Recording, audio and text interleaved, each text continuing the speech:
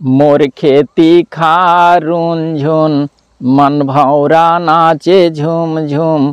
कींदर के आबे मोर चिरैया रे, कींदर के आबे मोर भौरा रे। मोर खेती खारून झुन मन भौरा नाचे झूम झूम। कींदर के आबे मोर चिरैया रे, कींदर के आबे मोर भौरा रे। तो संगी संगवारी हो, हम आज खेती खार आए हैं।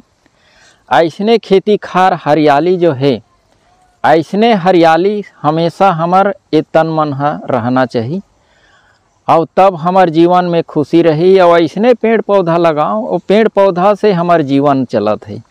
और पेड़ पौधा शांति देते, हमार शरीर ला ओहर ऊर्जा एक शक्ति देते, हमार शरीर ला बढ़िया शांति देते।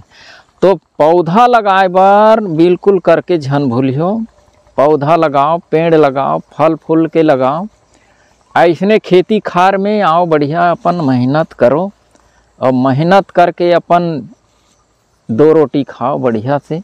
जीवन में सुख शांति मिलते मेहनत करके खावे तो। देखो ये खेती कितना हरियाली है, एकदम हरियर। ऐसे हरियर देख के आत्मा जो है प्रफुल्लित मगन आनंद हो जाते। तो ऐसने एकदम हरियाली सबके जीवन है बने रहे, बढ़िया शांति रहे, है कि नहीं।